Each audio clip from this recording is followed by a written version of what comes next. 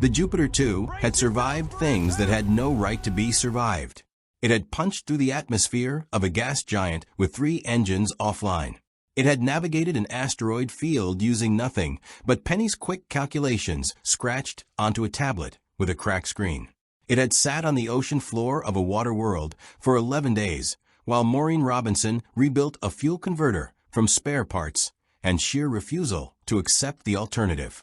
The ship was battered, patched, repatched, and held together in places by solutions that would have made any resolute engineer wince and look away. But it flew. It always flew, because the Robinson family made it fly. None of that history meant anything in the 3 seconds after Robot's engine tore open the universe. There was no warning. That was the part that would haunt Maureen later. Lying awake in whatever passed for night on whatever world they found themselves orbiting. No spike in the readings, no gravitational anomaly, no cascade failure she could have caught if she'd been faster or smarter or more attentive. One moment they were in the cold, familiar dark between star systems. Their star systems, the ones she had mapped and cataloged and learned to read like a second language. And the next moment the viewport filled with light that had no color she had a name for. Robot, standing at the center of the Jupiter 2's main deck, had simply turned his head. His chest panel shifted through patterns she'd never seen before. And then the light took everything. The sound was the worst part. Not an explosion. Not a collision. Something older than both, a tearing, like the universe itself had a seam that had held for longer than time could measure, and Robot's alien engine had found it and pulled. Then nothing. Then stars. Different stars. Maureen Robinson knew stars the way a musician knows notes. She had spent her adult life reading them, measuring them, building navigational models from their light curves and spectral signatures. She was at the console before the emergency lighting had finished cycling, her fingers already pulling up the astronomical survey software, already feeding in the visible star field, already searching for a match against every catalog the Jupiter 2 carried. No match found. She ran it again. No match found. Mom. Judy's voice from the medical bay doorway, steady as always, but with the particular quality it got when she was managing something she hadn't processed yet. Everyone's okay. Penny has a cut on her forehead. It's minor. Dad's already checking the hull. Robot. Maureen didn't look up from the console. Robot, what did you do? Robot stood where he had stood before the light. His head turned toward her slowly. The patterns on his chest were dim now, cycling through something that looked, if she had to describe it, like exhaustion. In the year and a half since Will had found him in that crashed alien spacecraft on the colony planet, she had learned to read him the way she had learned to read her children, imperfectly, intuitively, with more hope than science. Right now he looked like a man who had done something he couldn't undo and was only beginning to understand the weight of it. We need to figure out where we are, she said. Not an accusation. A problem. Maureen Robinson turned everything into a problem because problems had solutions, and she was very good at solutions. What she found over the next 40 minutes, cross-referencing stellar cartography against physics models she hadn't used since her doctorate, was that they were not anywhere. Not anywhere that matched any record she carried. The stars were real. She could measure them, calculate their distances, read their light. But their configuration belonged to no corner of the universe she had ever mapped or studied or dreamed. The galactic core burned in a configuration that was close to familiar but fundamentally wrong, like a song played in the right key but the wrong time signature. Different galaxy, she said, finally, to the room. John had come back inside. Will was sitting with Robot, one hand resting against his arm the way he always sat with him. Like proximity was its own language. Penny was at the secondary console with a bandage on her forehead and her tablet in her hands, already writing. Judy stood by the medical bay with her arms crossed, watching their mother with the careful attention she gave to patients who were getting difficult news. Different galaxy, John repeated. Different galaxy, Maureen confirmed. The silence that followed was the specific Robinson family silence that meant everyone was processing, everyone was frightened. And no one was going to say so because they had learned, somewhere in all of this, that fear was most useful when it was quiet. Will broke it, because Will always broke silences with the one thing nobody else had thought to ask yet. Is there anyone out there? Maureen looked at the long-range sensors. They had been running since the moment the emergency lighting came on, a habit she had built into every boot sequence after their third crash landing. The sensors were not sophisticated by Resolute standards. They'd been jury-rigged and rebuilt too many times, but they were functional, and what they were currently showing her was a traffic pattern. Ships, dozens of them at varying distances, moving in patterns that suggested lanes, routes, civilization. And at the edge of sensor range, massive, enormous, something that her software was trying to classify as a vessel, but that was generating a mass reading more consistent with a small moon. Yes, she said, quite a lot of them. The planet they found was the nearest landmass with a breathable atmosphere, reachable on their current fuel reserves, and not immediately in the path of whatever that massive object at the edge of sensors was doing. The navigation brought them in low over a desert that seemed to go on forever, twin suns hanging in a pale sky, throwing double shadows across dunes that rolled to every horizon like a frozen orange sea. The heat signature on entry was brutal, the kind of dry furnace heat that sucked moisture from the air itself. And as Maureen brought the Jupiter 2 down in the shadow of a rock formation large enough to hide them from aerial observation, she was already mentally cataloging water reserves and sun exposure protocols. The landing struts hit sand with a crunch. Systems settled.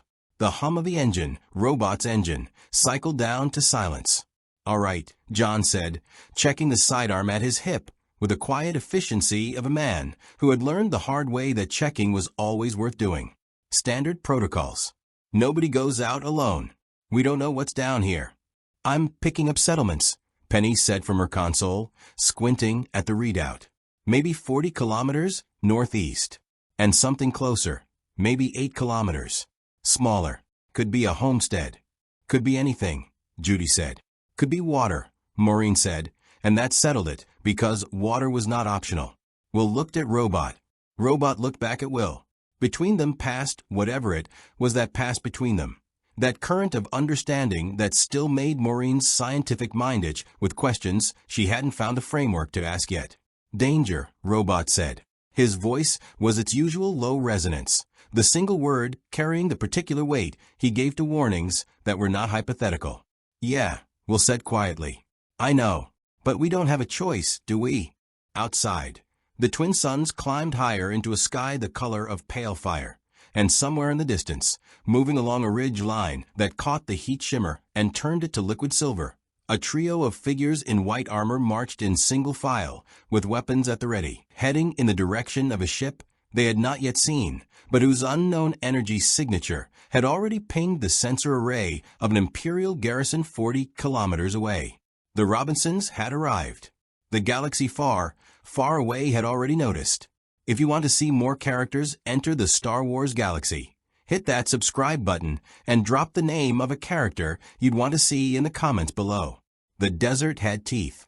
Maureen had cataloged hostile environments across a dozen worlds, frozen methane plains, acidic jungle canopies, tidal-locked rock faces where the day side would cook you and the night side would freeze you in under an hour.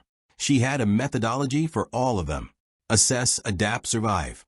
The desert outside the Jupiter 2's landing struts looked, at first glance, like the simplest environment she had faced in years. Sand, rock, heat, Sunday. 2 suns, which complicated thermal calculations, but still, fundamentally readable. She revised that assessment within the first 10 minutes outside the ship. The heat was the first thing.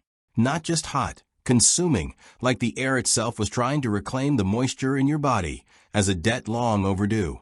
Penny was already squinting against the glare, her hand shading her eyes even through the polarized goggles Maureen had insisted everyone wear. John moved in the loose, efficient way he had when he was reading terrain. Head on a slow swivel, posture relaxed, but not casual, the particular alertness of a man who had spent years in environments that punished inattention. Judy stayed close to the Jupiter 2's hatch, monitoring the atmospheric sensors she'd rigged to her medical kit. Will walked beside Robot, which meant Robot walked slightly ahead of Will in the way he always positioned himself when his threat assessment was elevated, a half step of interposition that Will had stopped arguing about months ago. Moisture in the air is almost nothing, Maureen said, reading from her scanner. Whatever settlements are out here, they're pulling water from somewhere non-obvious. Atmospheric processors, maybe, or underground. People live here? Penny said, looking at the dunes with an expression that mixed genuine curiosity with a kind of aesthetic offense she reserved for environments that offended her sensibilities. On purpose. People live everywhere, John said, if there's a reason to. The reason, as it turned out, was approximately 8 kilometers northeast of their position, tucked against the lee side of a rock formation that the wind had carved into shapes that looked almost intentional. A cluster of low, dome-shaped structures the color of the sand itself, so perfectly integrated into the landscape that Maureen nearly walked past the first one before her scanner flagged the thermal differential of habitation. A homestead. Small. A moisture farm, she realized, recognizing the vaporator towers rising from the sand at irregular intervals around the perimeter, their collection panels angled to catch whatever meager humidity the atmosphere offered. There was a speeder parked near the largest dome. And there were voices. John held up a fist. The universal signal they developed after their first 3 crash landings made it clear that hand signals were more reliable than comms in unknown environments. And everyone stopped. Maureen listened. The voices were speaking a language she didn't recognize. Not the lack of recognition she got from alien species on other worlds, where the phoneme structure itself was foreign. This was something closer. It had the rhythm and cadence of human speech or near human, the kind of language that felt like it had evolved from human roots, but diverged somewhere along a timeline she couldn't calculate. She caught the emotional content, if not the meaning. Urgency. Argument. Someone making a demand, someone else pushing back. Then, in accented but recognizable form, a different voice, younger, frustrated. "I'm not going to the academy this season, Uncle Owen. I have to stay and help with the harvest." Maureen filed that away. Same language. Or a translation she was somehow accessing. She glanced at the scanner, which was running the passive linguistic analysis it always ran in new environments, and noticed it had found a partial match, not a perfect translation, but something in the syntax that it was mapping against Earth language roots. She'd look at that later. Right now, someone was home. She stepped around the rock and into the open before John could stop her, because someone had to, and John's instinct was always tactical, where hers was relational. And she had learned years ago that in first contact situations, a woman walking openly was received differently than a man with a hand near his weapon. The 2 figures by the speeder stopped arguing and turned. A boy, 17, maybe 18, with sand-colored hair and the kind of earnest, restless expression that reminded her, with a pang she didn't have time for, of Will at his most frustrated. And an older man, stocky, sunburned, wearing the expression of someone for whom life had delivered enough disappointments that he'd stopped being surprised by them. Both were staring at her with the particular quality of people who had learned that strangers in the desert were rarely good news. "Hello," Maureen said, keeping her hands visible. "We need water. We're not here to cause any trouble." The boy looked past her at the rest of the family emerging around the rock formation. His eyes went in sequence. John with the sidearm visible at his hip, pause. Judy and Penny, visibly non-threatening, slight relaxation. Will neutral. And then robot. And his expression did something complicated that moved through shock, assessment, and something she might have called recognition before settling on worry. "That's," the boy started. "A droid," the older man said, and his tone had shifted from suspicious to something more calculating. "What kind of droid is that?" "He's not a droid," Will said immediately, with the particular firmness he always used when someone made that assumption. "He's robot. He's with us." The older man, Owen, the boy had called him, looked at Robot for a long moment with an expression that mixed commercial interest with caution. "Where did you come in from?" "I didn't see any ship on the ridge approach." "We came in from the south," Maureen said, which was true, and answered the question without answering it. "We had a difficult landing. We're looking for water, any navigational assistance you can provide, and we won't trouble you longer than we need to." A silence. Owen Lars, she would learn his name later, had the look of a man running calculations. Out here in this desert, strangers were either trouble or opportunity, and he hadn't yet determined which category these people fell into. It was Penny who broke the tension, because Penny had a gift for that she had never fully appreciated until moments like this one. She had been looking at the Vaporator towers with genuine interest, and she walked toward the nearest one, not threateningly, just with the natural curiosity she applied to everything mechanical, and said, "These are moisture collectors, right? The collection efficiency on this model looks like it's running about 60%. I think your intake valve on the third tower is partially occluded. See how the condensation pattern is uneven on the east face." Owen looked at the tower, then at Penny, then at the tower again. "It's been running slow for 2 seasons," he said, with the reluctant tone of a man acknowledging something he hadn't admitted to himself. "I can look at it," Penny said, "if you'll trade us water and maybe some information about the nearest settlement." The boy, Luke, he told them, Luke Skywalker, offered with the openness of someone who hadn't yet learned to be guarded with his name, turned out to be the kind of restless, hunger-minded young person that Maureen recognized instinctively because she had raised 3 of them. He was fascinated by the Jupiter too, by the family story in the edited version they offered, by Robot most of all, and while Penny worked on the Vaporator with Owen watching over her shoulder with grudging approval, Luke walked with Will around the perimeter of the homestead and talked with the ease of someone who had been desperately short of people his own age to talk to.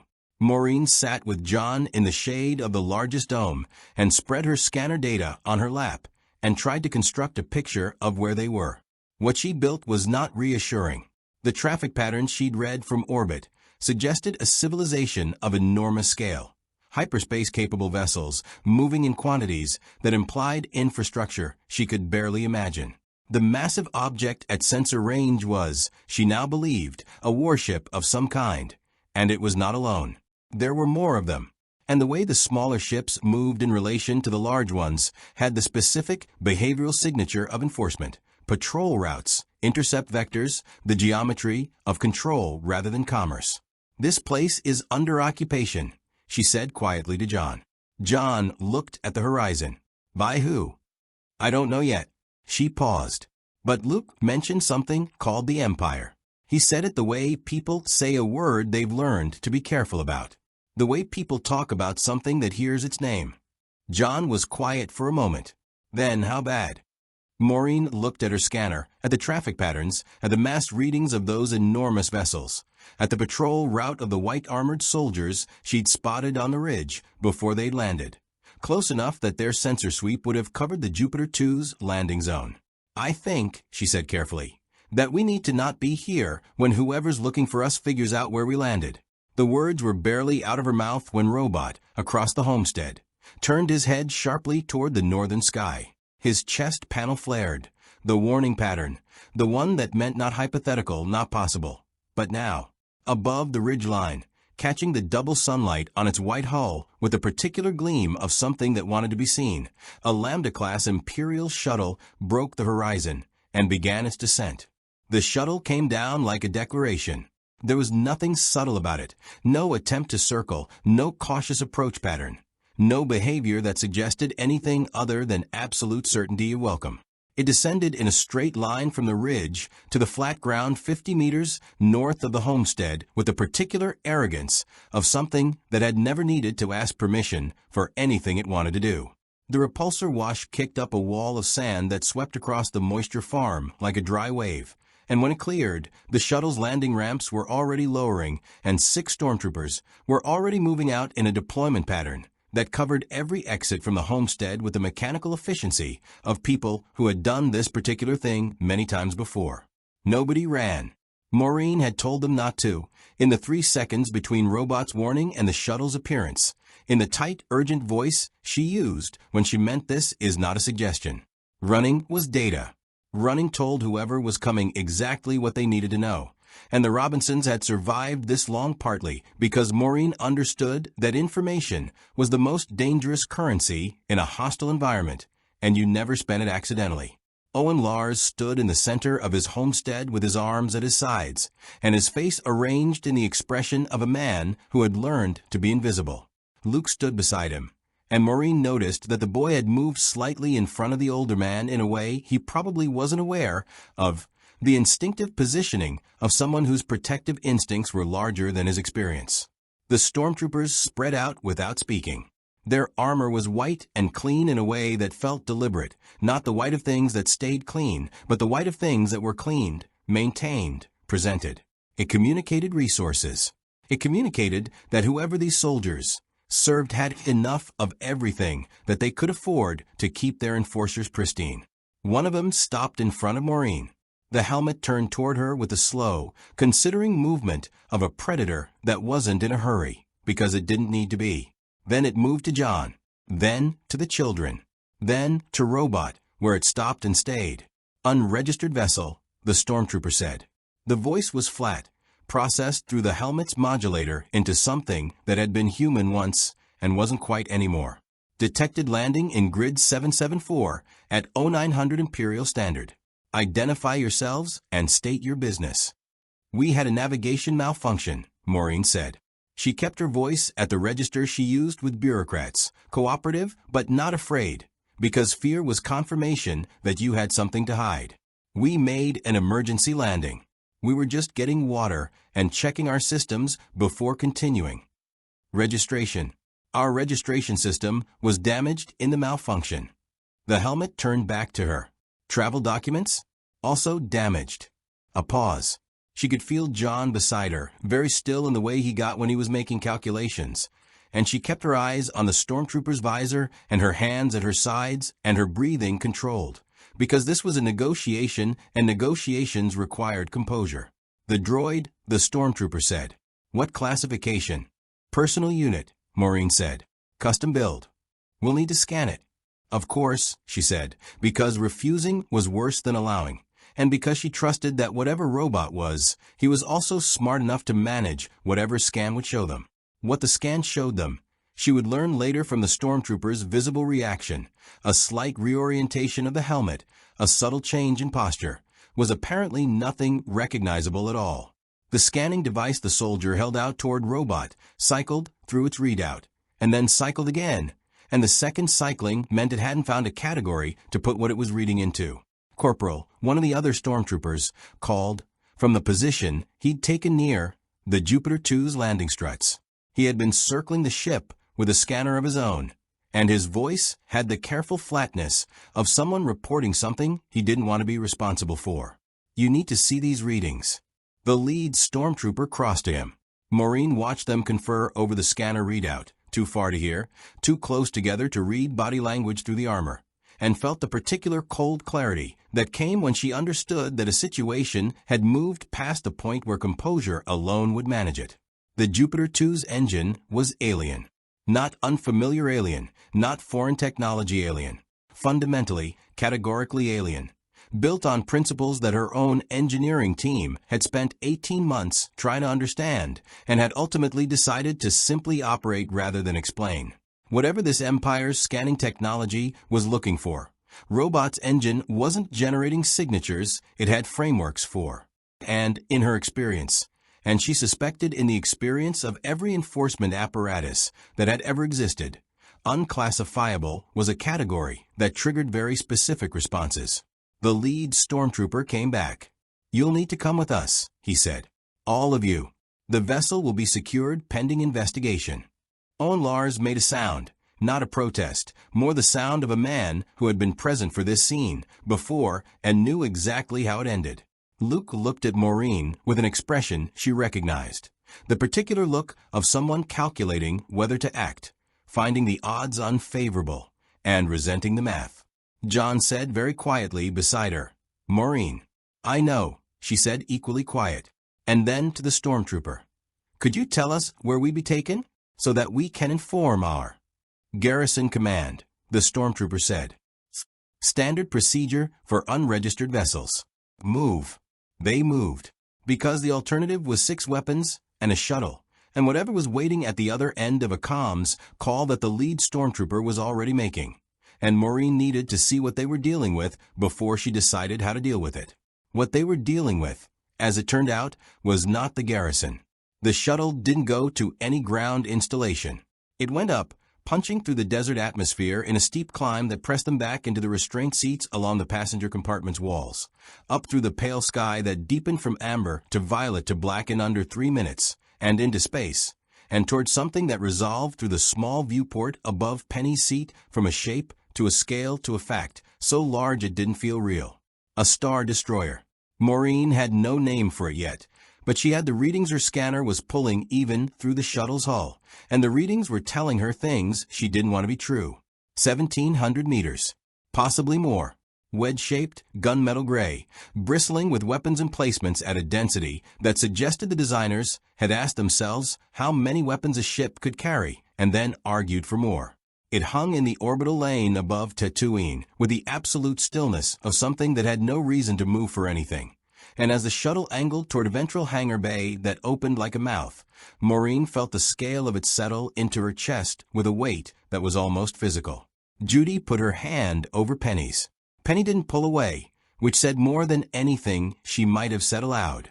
Will was looking at Robot with the expression he got when he was frightened and trying not to be, and Robot's head was turned toward him with the slow, attentive stillness of something that was listening to frequencies nobody else in the compartment could hear. The hangar bay received them with the choreographed efficiency of a machine that had processed 10,000 ships before this one. Technicians in gray, officers in black, stormtroopers in white, the whole visual vocabulary of authority rendered in monochrome, as if color itself had been conscripted and then discharged as unnecessary. And at the center of it, walking toward them as the ramp lowered with the measured pace of someone who had learned long ago that making people wait for you was its own form of power, was a man in an imperial officer's uniform with the kind of face that had been handsome before whatever had made it that careful. Commander Voss. He introduced himself. He looked at Maureen with the particular attention of someone filing information. He looked at John with the assessment of a man who recognized military bearing and was noting it.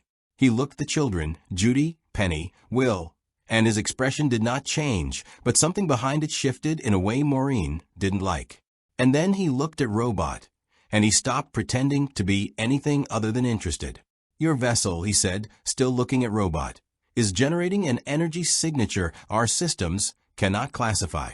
In 17 years of Imperial service, I have encountered 3 things our systems could not classify. He paused. All 3 turned out to be significant.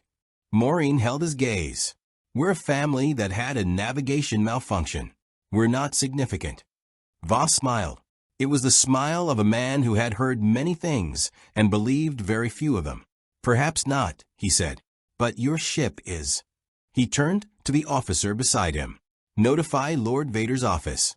Tell them we have an anomalous energy signature requiring evaluation.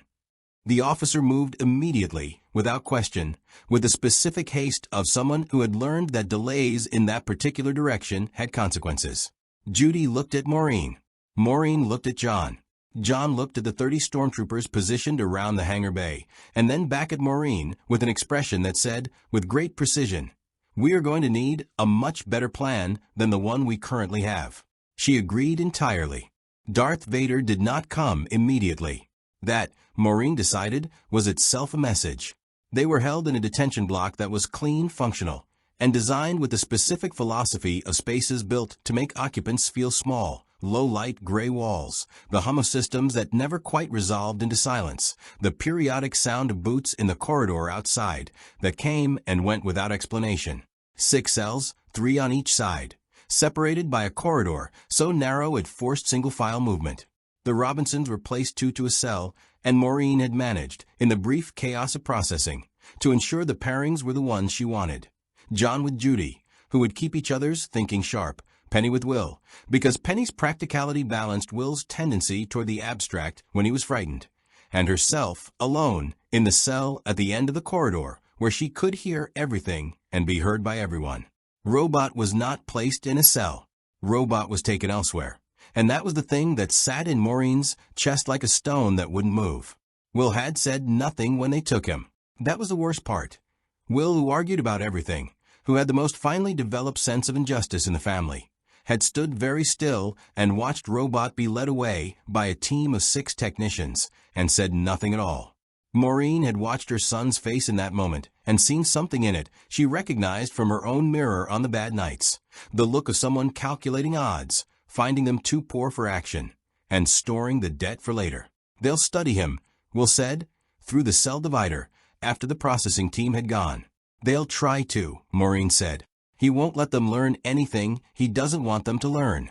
She wasn't sure that was true, but Will needed it to be true right now, and there was a difference between a lie and a thing you said, because the alternative served no one. She spent the first hour building a picture of the ship, from what she could hear and observe.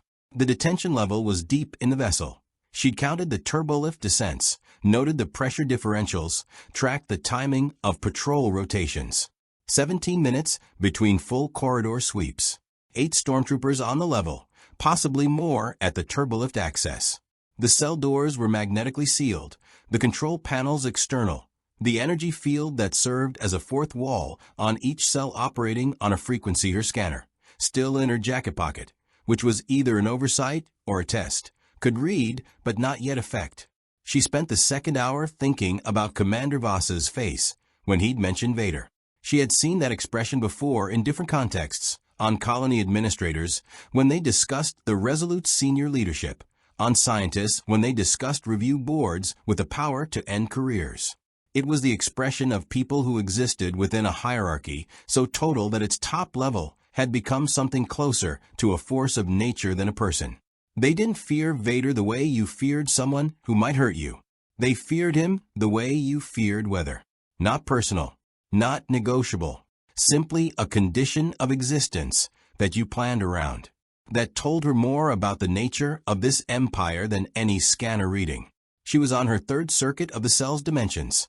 13 paces by 9, she'd confirmed it 4 times, when she heard it. Not boots, not the hum of systems. Something else, further up the ship, conducted through the metal of the hull in a frequency that her body registered before her mind did. A resonance, deep and rhythmic and slightly wrong, like a heartbeat that had been mechanically corrected and would never be quite organic again. It was getting closer. "Mom," Penny said, very quietly, from the next cell. "I hear it," Maureen said. John in the cell across the corridor. "Everyone stay calm. Let me do the talking." "You won't do the talking," Maureen said.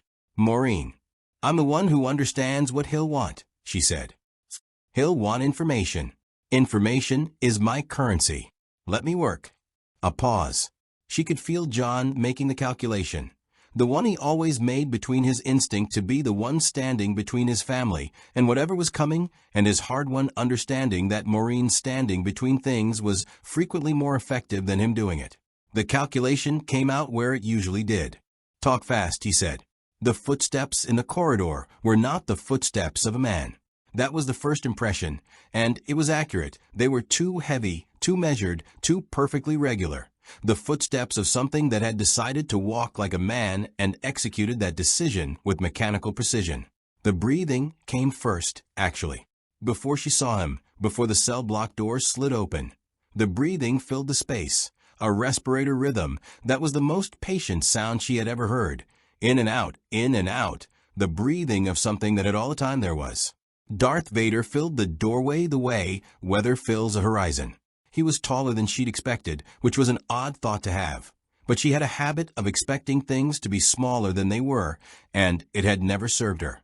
The black armor was absolute, not a color so much as an absence, the armor of something that had decided it was done with the business of being seen as anything other than what it was. The red lenses of the mask caught the corridor lighting and held it without reflecting. And the presence, the sheer gravitational presence of him, the way the air in the cell block seemed to rearrange itself around his entry, was something her instruments couldn't have measured, but her hindbrain registered immediately and filed under threats, without a category. He walked the corridor slowly. Commander Voss followed at a distance that was precisely calculated not to be noticed. Vader stopped at Will's cell first. Maureen's heart did something it rarely did, which was panic, but she controlled it because panicking never helped Will, and it never helped her, and right now she needed to see what this was. Vader looked at Will for a long moment. Will looked back, and this was the thing that would stay with Maureen later, turning over in her mind in the dark. Will looked back without flinching. Not bravely, not with performed courage, simply with the directness of a child who had learned, through experience that would have broken most adults, that the things in the dark were real and looking away from them didn't make them less so. Vader's breathing filled the space between them. "You are not afraid," Vader said. The voice was everything the respirator rhythm had promised, deep, resonant, inflected with something that was almost curiosity and was more unsettling for it. "I am," Will said. "I'm just used to it." Another silence. Vader's helmet tilted. The smallest movement, barely perceptible. But Maureen had spent years reading the minimal expressions of beings who didn't communicate the way humans did, and she caught it. Something in what Will had said had registered in a way that went beyond the expected. Vader moved to Maureen's cell. She met the red lenses and did not look away. "The ship," he said, without preamble, without theater. The voice of something that had decided at some point that the performance of power was less efficient than its direct application. "Its engine. Where does it come from?" "I don't know," Maureen said, and it was the truth. And she suspected he would know it was the truth because everything she'd seen of him suggested he had ways of knowing things that bypassed the usual signals. "You fly it. We operate it. We've never fully understood it." And a pause, the first hesitation she detected, the machine. "The one that is not a droid." "Robot," Maureen said. "He came with the engine. They're connected." Vader was quiet for a moment that stretched long enough to become uncomfortable, and then kept stretching. "The Force does not know what to make of it," he said, and it was not clear whether he was speaking to her or to himself. "The machine stands at the edge of my perception like a thing that exists outside the current. Not dark, not light, not absent. Outside." Maureen filed that. Outside the Force. Robot existed outside whatever this galaxy's fundamental energy field was. That was either the best news she'd received since they arrived or the most dangerous, and she hadn't yet determined which. "We are not a threat to you," she said. "We are a family trying to find a way home." Vader looked at her. The respirator filled the silence. "No," he said finally. "You are something considerably more complicated than that." He turned to Commander Voss without looking away from her. "They are not to be harmed. Have the vessel's engine data transmitted to my personal archive. I will review it." A pause. "And find out which of these children of Force is watching." He left the way he'd come, the breathing receding down the corridor, the resonance of him fading from the hull like a vibration that had struck something and needed time to stop. Penny's voice came from the next cell, very quietly. "Will, what did he mean, which of you the Force is watching?" Will didn't answer immediately. When he did, his voice had the careful quality of someone choosing words with more precision than usual. "I don't know," he said, "but I think Robot does." They were out of the detention block before ship's night cycle, and it was not Maureen who got them out. It was Penny. The detail that made it possible was the scanner still in Maureen's jacket pocket. The oversight she had catalogued on the first hour and filed under either negligence or test and never fully resolved. Penny had spotted it during the processing, when the guard had patted down John and Judy and Will with thoroughness and patted down Maureen with a slightly reduced attention that Maureen had noticed Imperial personnel applied to middle-aged women who cooperated fully and spoke in measured tones. She had said nothing then. She had said nothing for the 4 hours they sat in the cells. And then, during the shift change, the 17-minute window she timed independently and confirmed matched Maureen's count. She had talked Will through the process of passing the scanner through the gap at the bottom of the cell divider while the corridor was empty. Talked Maureen through the frequency modulation that would affect the cell door's magnetic seal. And had the whole thing done and everyone in the corridor before the next patrol rotation brought Boots back within earshot. Maureen looked at her daughter in the dim corridor light with an expression she didn't try to moderate. "I've been timing it since we got here," Penny said, with the slight defensive lift of someone who expected to be told they should have spoken sooner. "I wanted to be sure." "You were sure," Maureen said. "I was sure." John was already at the corridor's end, checking the turbolift access with his hand on his sidearm, still holstered, still his, another negligence or test she hadn't resolved. Judy was counting heads with the automatic efficiency of someone for whom accounting for people was as natural as breathing. Will was looking at the ceiling. Robots above us, Will said. You can't know that, Judy said. I know that, Will said, with the particular quiet certainty he used for things he couldn't explain and had stopped trying to. Since robot, Will had developed a category of knowledge that operated outside the normal channels. Not instinct exactly, not quite telepathy. Something in between that Maureen had observed for 18 months and still couldn't quantify. She had stopped arguing with it after the 7th time it saved their lives. Above us it is, John said. Turbolift. Move. What they found 3 levels up, in a technical bay that smelled of ozone and something organic she couldn't identify, was Robot. And also, unexpectedly, the beginning of their way out. Robot was in the center of the bay, surrounded by equipment that had clearly been arranged to study him, and had clearly failed to make progress on that project. The scanning arrays were dark.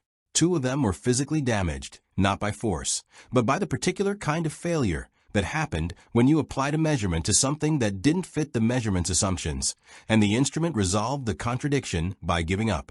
3 Imperial technicians were present, 2 of them asleep at their workstations in the way of people who had been running the same failed diagnostic for 8 hours and surrendered to biology, and one of them awake, young, staring at Robot with the expression of someone who had gone past frustration into a kind of bewildered academic fascination.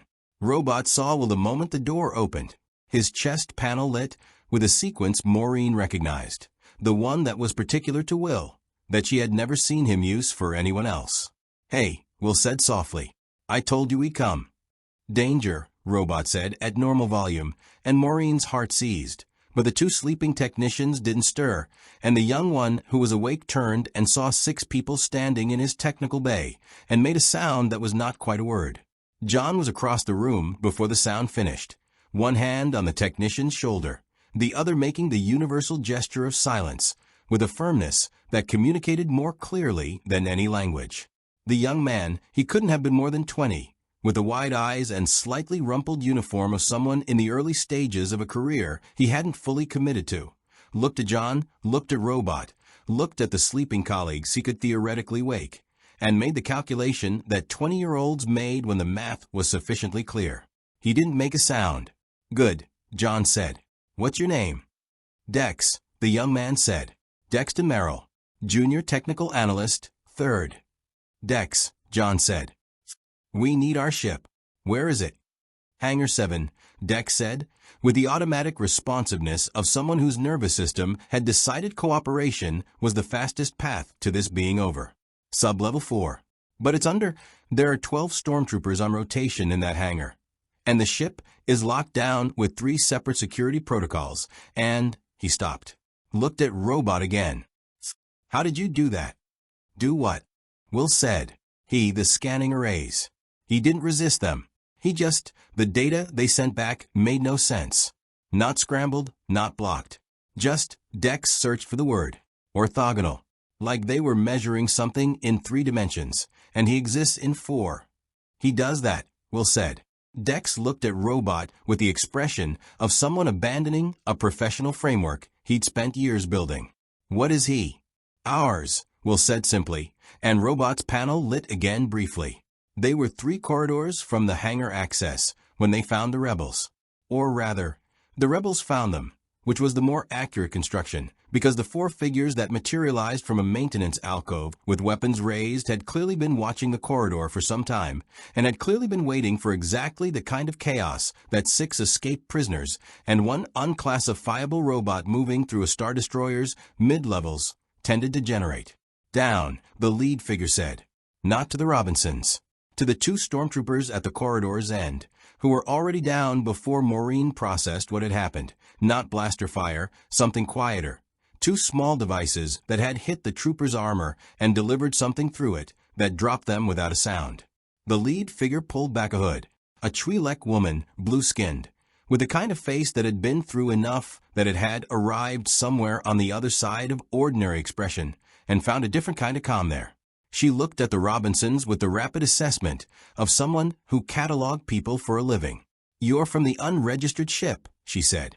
It was not a question. Yes, Maureen said. Vader's interested in you personally. Also yes. Then we have something in common. She looked at Robot. Something shifted in her expression, not fear, not quite. The version of wariness that experienced people had for things that didn't fit their categories. We've been on this ship for 6 hours trying to retrieve intelligence from their communications core. Our extraction window closes in 40 minutes. She looked at Maureen. Your hangar is on our way out. We can get you to your ship. In exchange for what? John said. The Twi'lek looked at him. Don't slow us down. Her name was Hera Syndulla, and Maureen recognized the name the way you recognized a name you'd heard in a context that was now resolved. Luke Skywalker, at the homestead, had mentioned it in passing as one of those names that people passed between themselves in the desert like currency. The names of people who pushed back. Commander of the Ghost Crew, though Maureen wouldn't have that context for another hour. What she had now was a woman who moved through the corridors of an Imperial Star Destroyer with the efficiency of someone who had memorized the patrol rotations before she boarded it. And that was enough. Kanan Jarrus came last in the group, a man with the ease of movement that reminded Maureen of John, but was different in a quality she couldn't immediately name, something in the relationship between his body and the space around it. As if he was always in exactly the right place, not by planning, but by a kind of continuous unconscious negotiation with his environment. He looked at Will with a directness that Will returned. You feel it, Kanan said quietly, falling into step beside Will as the group moved. Feel what? Will said. Kanan glanced at Robot. Back at Will. The current. Most people walk through it their whole lives and never know it's there. Will was quiet for a moment. I don't know what you mean. Yes, you do, Kanan said, without pressure, without urgency. A simple statement of observed fact. Will said nothing more. But Maureen, 3 steps ahead, had heard every word, and she filed it alongside Vader's instruction to find which of these children the Force is watching, and what she built from those 2 data points was a conclusion she was not ready to examine directly. Not yet. Not here, in the corridors of an Imperial warship with 40 minutes to extraction and 12 stormtroopers between them and the Jupiter 2. But the conclusion was there, and it was patient, and she suspected it was going to wait for her. The hangar access door was 20 meters ahead when the alarm went off. The alarm was not a sound so much as a condition, a shift in the entire ship's nervous system from patrol to predator, felt in the deck plating before it was heard in the corridors. A deep subsonic change in the Star Destroyer's operational frequency that moved up through the soles of Maureen's boots and told her body something her mind was still processing. Red lighting replaced white. The patrol rotation that had been 17 minutes compressed instantly to something she couldn't calculate because the stormtroopers were no longer rotating. They were converging, and the geometry of convergence had a center point. The hangar. Hangar 7, sub-level 4. Their hangar. They flagged the cells, Hera said, already moving faster. The calm in her voice, the particular calm of someone who had planned for this contingency and 4 others. We have maybe 3 minutes before the access corridors are sealed. Can we make 3 minutes? John said. 2.5, Hera said, which was not a comfort, but was at least an honest answer. They moved at the edge of running, fast enough to cover ground, controlled enough to stay quiet. The compromise between speed and silence that combat experience eventually taught people to find without thinking about it. Kanan was at point, moving with that quality Maureen had noticed earlier, the continuous unconscious negotiation with space, and she watched him take corners fractionally before the rest of them registered the corners were there. Hera's crew, a young Mandalorian woman, Sabine, with paint-streaked armor and a pair of blasters that she handled with the comfortable familiarity of tools she'd grown up with, and a large Lazat with the quiet authority of someone who had learned to take up exactly as much space as situations required, filled the middle of the group with a practiced formation that told her these 4 people had done this specific thing together enough times to stop needing to discuss it. Will stayed close to Robot. Robot stayed close to Will. Penny stayed close to Maureen, which Maureen registered without registering.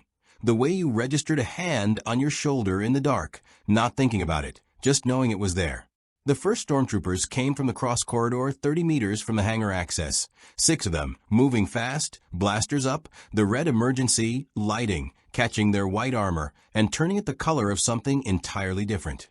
Sabine moved before anyone called it, 2 fluid steps to the left, both blasters firing in a sequence, so rapid and precise it looked choreographed, for stormtroopers down before the other two had completed their targeting lock. Cannon's hand came up on the remaining two, and something happened that Maureen watched with the complete attention of a scientist, encountering a phenomenon she had no framework for. The troopers' own momentum reversed, not violently, not dramatically, just suddenly incorrect, their forward movement becoming backward movement, as if they'd reached the end of an invisible tether, and they hit the corridor wall with enough force to take them out of the situation without taking them out of existence. And Cannon's hand came down, and he was already moving again. What was that? Penny said, not stopping. I'll explain later, Cannon said. Was that the current Will mentioned? Keep moving. The hangar access door was sealed. Sabine was on it before the information had fully propagated through the group, a device from her kit applied to the control panel with the efficiency of someone for whom locked doors were primarily a scheduling inconvenience. 12 seconds. The door opened. Hangar 7 was large enough to feel like an interior landscape, a space carved out of the Star Destroyer's belly that held 4 Imperial shuttles, a pair of TIE fighters on elevated racks, and in the center of it, slightly incongruous, slightly battered, slightly beautiful in the way that all things you'd nearly died in and survived became beautiful. The Jupiter 2.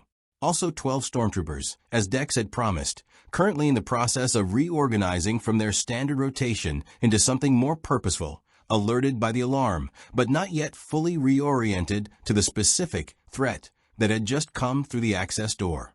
John Robinson assessed the hangar in the 3 seconds before anyone started shooting, and in those 3 seconds he made decisions that Maureen had watched him make 100 times. Not tactical genius, nothing so dramatic, simply the rapid practical intelligence of a man who had been trained to read environments and had spent the last 2 years getting additional education in environments considerably more hostile than his training had covered. He pointed left, pointed right, pointed at Robot, pointed at the Jupiter 2. It was Robot who changed everything. He had been, up to this moment, present but contained, moving with the group, processing, his threat indicators elevated, but his responses held, in the way he held responses when Will hadn't indicated a need for escalation. Will hadn't indicated a need for escalation because Will had been watching the situation develop with the analytical patience of someone who had learned, through Robot, that the largest response was not always the necessary one. But the stormtroopers began firing, and 2 of the blaster bolts went toward Will, and Robot's containment ended. It didn't end dramatically. That was the thing that would stay with all of them. The witnesses, Hera's crew, John, who had been watching Robot for months, and thought he had a working model of what Robot was capable of. It ended quietly. Robot stepped in front of Will. The 2 blaster bolts hit his chest plating and did nothing. Not deflected, not absorbed with visible effort. Simply nothing. The way rain does nothing to stone. And then Robot raised one arm. The energy that came from Robot's arm was not a blaster bolt. It was not a lightsaber. It was not anything in the Star Wars galaxy's extensive vocabulary of weapons.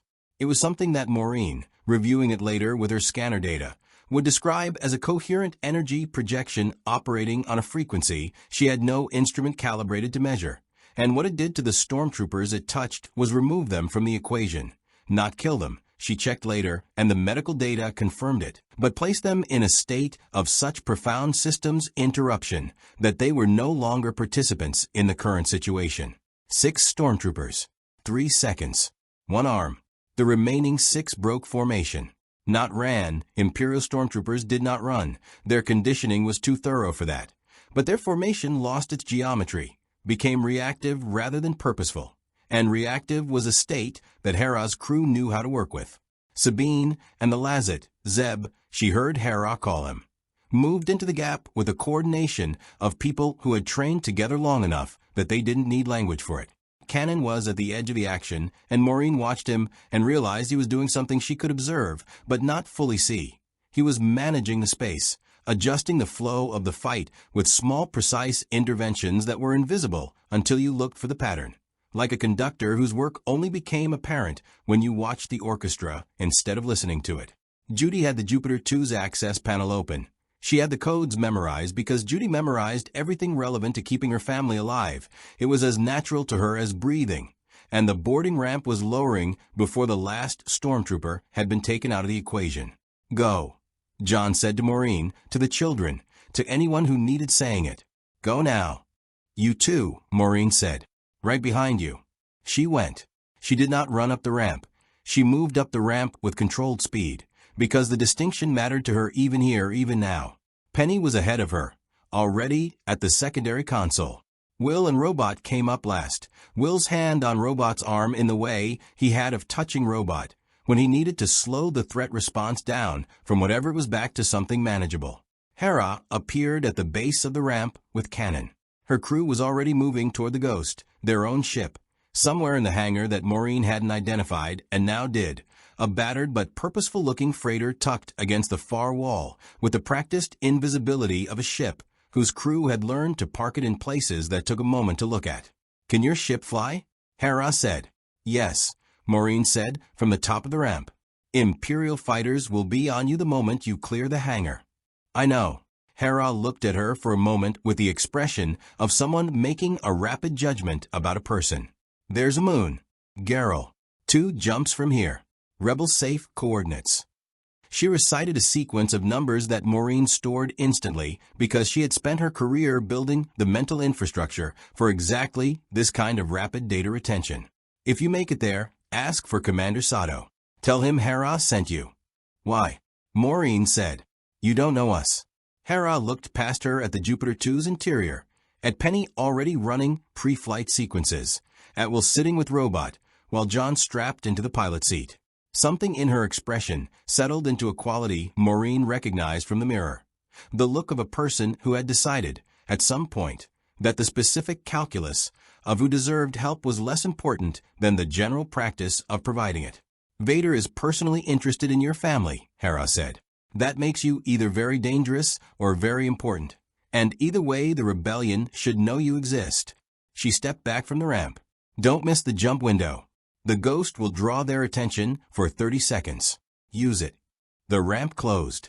The Jupiter 2's engines came alive with the sound that Maureen had trained herself to hear as home, the particular harmonic of Robot's alien engine cycling up, the familiar vibration in the deck plating, the hum that meant they were still in the business of surviving. 30 seconds, she said. John's hands were already on the controls. Counting. Through the viewport, the Ghost erupted from its parking position with the specific controlled chaos of a ship whose pilot was very good at looking like she was barely in control while being entirely in control. And every Imperial in the hangar turned toward it. 29 seconds. "Maureen," John said. "I know," she said. "Go." Gerrel was a gray world. Not gray the way dead worlds were gray. Not the gray of rock and absence, and the long silence after whatever had lived there stopped living. Gerrel was gray the way working cities were gray, the gray of industry and habitation, and too many people in too small a space making the best of infrastructure that had never quite caught up with the population it was meant to serve. From orbit, it looked like a smudged thumbprint on a pale page, its atmosphere thick with the particulate output of manufacturing districts that ran around the clock, because around the clock was the only schedule that made economic sense when you were trying to stay beneath imperial notice, by being just productive enough to seem valuable, and just unremarkable enough to seem not worth the trouble. They made the 2 jumps in 4 hours, running dark between them, systems minimal, heat, signature suppressed. The Jupiter 2 drifting in the cold, between stars, like something that had forgotten to be a ship for a while. Maureen used the time. She always used the time. What she built from the available data was not a complete picture. It was never a complete picture. In her experience, the complete picture was a theoretical construct that real situations only approximated, but it was enough to work with. The Empire was not an occupying force in the conventional sense she'd understood from Earth history.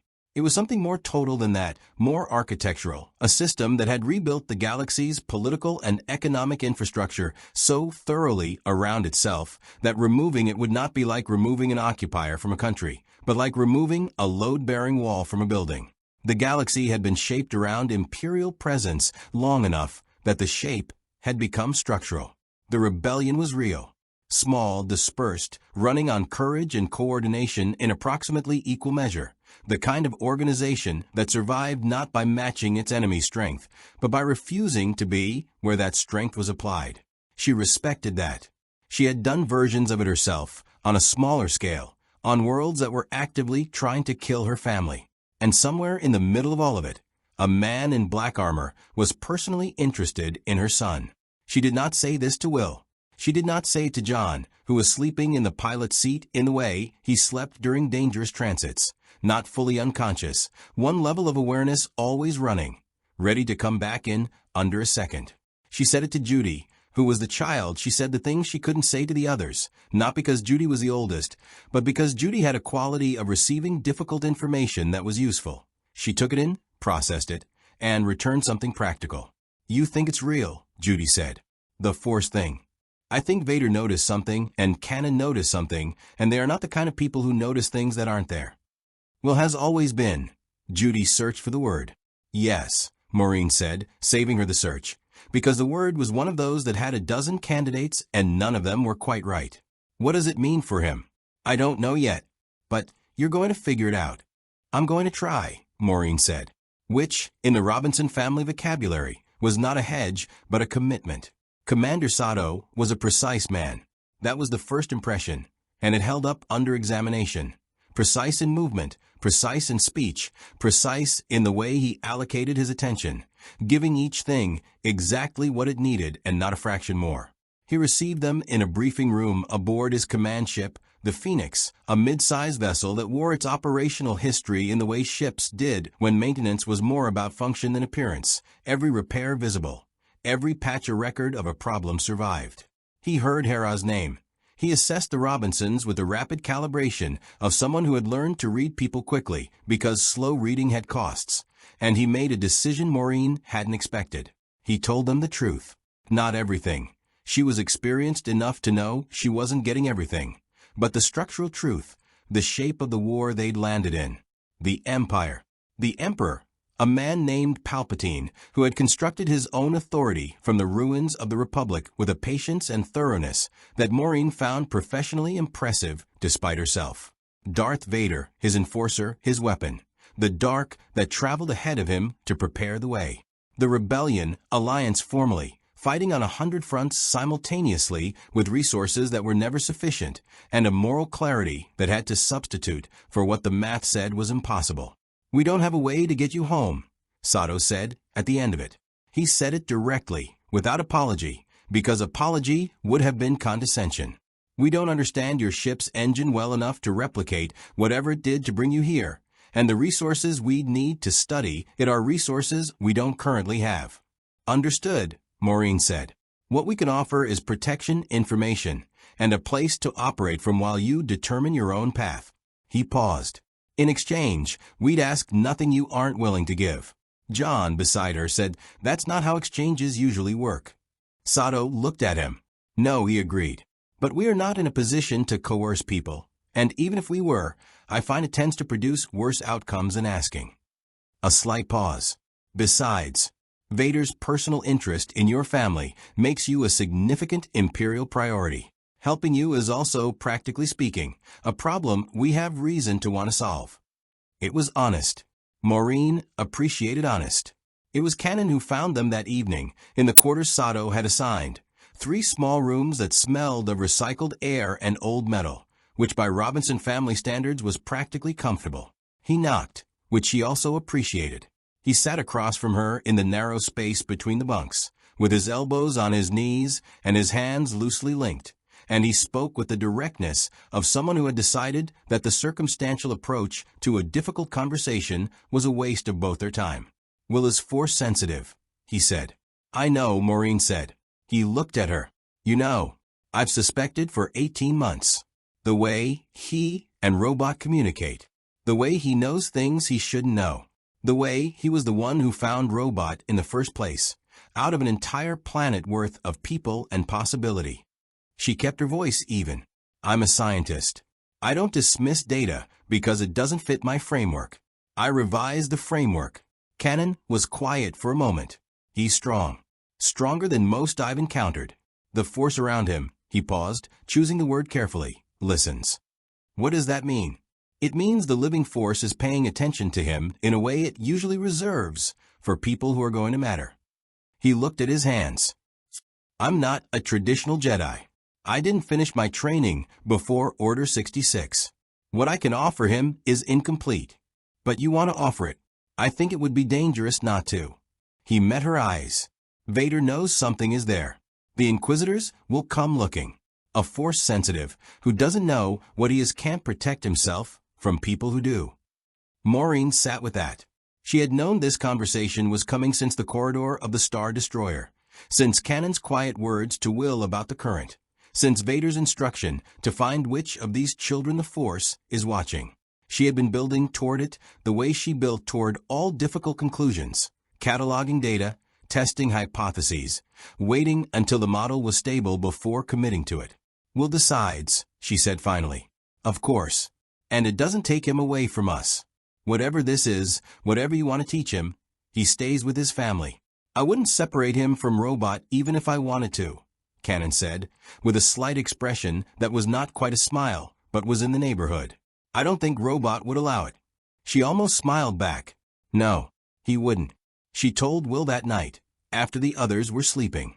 They sat together in the narrow corridor outside their quarters with the Phoenix humming around them, and she told him what Kanan had said, and what Vader had said, and what she thought it meant.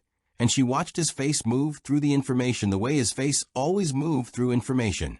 Not with drama, not with performance, with the quiet metabolizing of a mind that processed things all the way down before it responded. He was quiet for a long time. I already know, he said finally. I think I've always known. I just didn't have a word for it. Do you want to learn? He looked at Robot, who was standing at the corridor's end in the low-power state he used when Will was safe, and the threat level was manageable. Robot's panel was dim, cycling through something slow and patient. If it means I can protect you, Will said. All of you. Then yes. Maureen put her hand over his. It was the hand of a woman who had rebuilt fuel converters from nothing and navigated by dead reckoning across unmapped systems, and stared down things that had no right to exist, and it was steady. Then we'll learn together, she said. That's what we do. Outside the Phoenix's viewport, in the gray orbital haze above Garrel, something moved. A shape at the edge of scanner range, too large for a freighter, too purposeful for debris, running without lights in the way that things ran without lights when they wanted to be where they were, without anyone knowing they were there. An Inquisitor's ship, patient as a held breath, waiting. The Inquisitor had been watching Garrel for 6 hours before she made her move. Her name, within the Empire's internal records, was the Sixth Sister, though she had not used a personal name in long enough that the designation had stopped feeling like a label and started feeling like a fact. She was tall, armored in the dark plate that all Inquisitors wore, the Empire's answer to the question of what you did with Force sensitives, who were too dangerous to ignore and too useful to waste, the answer being, you gave them purpose and pointed them at things that needed destroying. She had a double-bladed lightsaber that spun when she wanted it to, and didn't when she didn't, and she had a patience for surveillance that most of her colleagues lacked, which was why she was consistently more effective than most of her colleagues and consistently less popular. Lord Vader's instructions had been specific. The family, the child who resonates. Bring them. Do not damage them beyond what retrieval requires. The do not damage them qualifier was notable. Vader did not typically include qualifiers. She had spent the 6 hours mapping the Phoenix's defensive posture, patrol patterns, shield frequencies, the specific blind spot in their sensor coverage that existed on the port side dorsal quarter, because the sensor array there had been repaired with components that weren't quite the right specification and created a gap that someone who knew what to look for could identify from 2,000 kilometers out. She knew what to look for. She always knew what to look for. The move she made was not the move they expected, which was how she preferred things. She didn't attack the Phoenix. She went for the moon. Garrel's surface had 3 rebel-adjacent safe houses that her intelligence had flagged as possibilities, distribution points, supply caches, the kind of infrastructure that a small insurgent fleet needed to maintain in the territory around its operating position. She hit the middle one, the one nearest the Phoenix's orbit, with a precision strike that was designed not to destroy it, but to trigger it, to create exactly the kind of surface emergency that would pull a portion of the Phoenix's attention and resources downward while leaving the orbital position technically intact. It worked because it always worked. Small fires were harder to ignore than large ones. Large ones you could make decisions about. Small ones just needed to be dealt with. The Phoenix sent 2 ships down. Their sensor coverage shifted fractionally, compensating. The portside dorsal blind spot widened by 11 degrees. The Sixth Sister brought her ship through it like a needle through fabric. Maureen heard the proximity alarm. At the same moment, she felt the deck shift under her. Not a weapon impact. The ship's evasive response to something that had gotten closer than it should have. The automatic defensive reflex of a vessel that had survived long enough to develop good instincts. She was on her feet and in the corridor before the alarm's second cycle completed. Will was already awake. Of course, he was already awake. "She's here," he said. "Who?" But Maureen already knew from his face. The one Vader sent. The Phoenix's internal alert system was disciplined. Not the full red alarm of the Star Destroyer, but a controlled amber, localized, telling the crew that there was a problem, and where the problem was, without creating the general panic that made problems harder to solve. Maureen heard Sato's voice over the ship comm, clipped and precise, deploying responses in the vocabulary of someone who had planned for this contingency, because planning for this contingency was the minimum standard for commanding a rebel vessel. John appeared from the quarters with the sidearm in his hand and the expression of a man who had been half expecting this since Geral's atmosphere. "Talk to me." "One ship. Small. Inquisitor." She was moving as she said it, because standing still while she said it was not useful. They came through a sensor gap. "They're already aboard or boarding." "How do you know they're boarding?" "Because that's what I do." She was right. The Sixth Sister's entry was through a secondary airlock on the portside dorsal quarter, a physical breach. Her ship locked against the Phoenix's hull with magnetic clamps, the kind of boarding action that required you to cut through an airlock seal in under 90 seconds, and the Sixth Sister had done it in 64. She moved through the Phoenix's corridors with the specific efficiency of someone who had memorized the schematic beforehand, which she had, because she always memorized the schematic beforehand. She found Cannon first. Or rather, Cannon found her, stepping into the corridor ahead of her with his lightsaber ignited. The green blade throwing hard shadows against the Phoenix's gray walls. His posture carrying the loose readiness of someone who had been in enough of these encounters to stop being surprised by the shape of them. He looked at the Sixth Sister with a measured attention he gave to things that required his full concentration. "Inquisitor," he said. She ignited her own blade.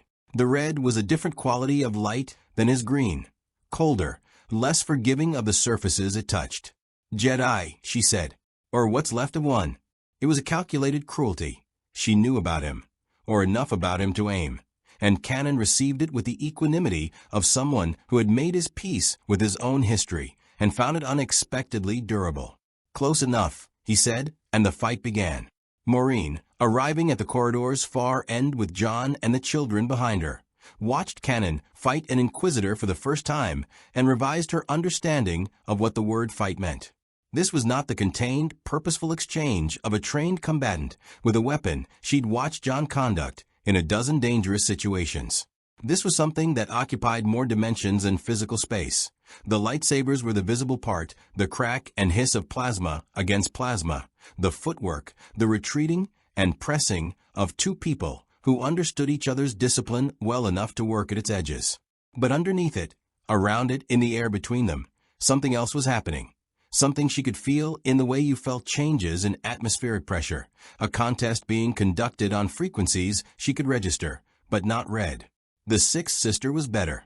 Not decisively, not comfortably, but measurably. Cannon's incomplete training was a gap she knew how to find, and he knew she knew how to find it. And managing that knowledge, while also managing the physical contest, was a tax on his attention that was showing. "Robot," Will said beside Maureen. "Will," she started.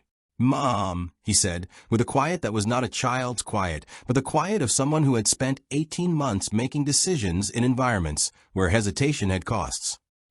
"Robot can end this without hurting anyone. You know he can." She did know.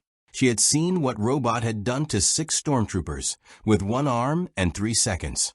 She also knew that the Sixth Sister was not a stormtrooper, was force-sensitive, was connected to something that Robot existed outside of, and she did not know what happened when those 2 facts met. "What does Robot think?" she said. Will looked at Robot. Robot's panel cycled through a sequence she'd seen before, the one that meant assessment complete, and the one that meant I will do this thing, and the one that was particular to Will that she still didn't have a name for. "He thinks he can hold her," Will said. "Not hurt her. Hold her." Cannon went down. Not badly. A glancing blow from the spinning secondary blade, enough to break his stance and put him on one knee, enough to create the opening the Sixth Sister had been engineering for 30 seconds. She stepped through it with the precision of someone stepping through a door she'd built. And Robot stepped into the corridor. The Sixth Sister stopped. She stopped completely, not the strategic pause of a combatant reassessing, but the absolute stop of something encountering a situation her training had no prepared response for. Her force awareness, which she had spent years developing into something closer to a weapon than a sense, reached toward Robot and found nothing. Not a void, not the nothing of a blank space. The nothing of something that existed outside the framework the sense was built to operate within. Like trying to hear a color. Her blade stayed lit. Her posture stayed combat ready. But the certainty had gone out of it. Robot raised one hand. Not aggressively, not the arm extension she'd seen in the hangar. Simply raised it in the gesture of something establishing a boundary. The air between them did something Maureen's scanner registered as an electromagnetic event without a precise classification. A pulse that propagated outward from Robot's hand in a sphere and interacted with the Sixth Sister's lightsaber and her armor and the force-based threat she was projecting in ways that were individually minor and collectively definitive. Her blade flickered. Her stance shifted involuntarily, not thrown, not harmed, simply relocated. One step backward. The step of a body responding to something its nervous system had no prepared category for. She looked at Robot. Robot looked at her. "What are you?" she said. It was not the question of a superior to an inferior. It was the question of a scientist encountering a phenomenon. Robot said nothing. His panel cycled through something slow and blue. "It doesn't matter," Will said from behind Robot, with a steadiness that Maureen stored carefully because she wanted to remember the exact quality of it later. "You should leave." The Sixth Sister looked past Robot at Will.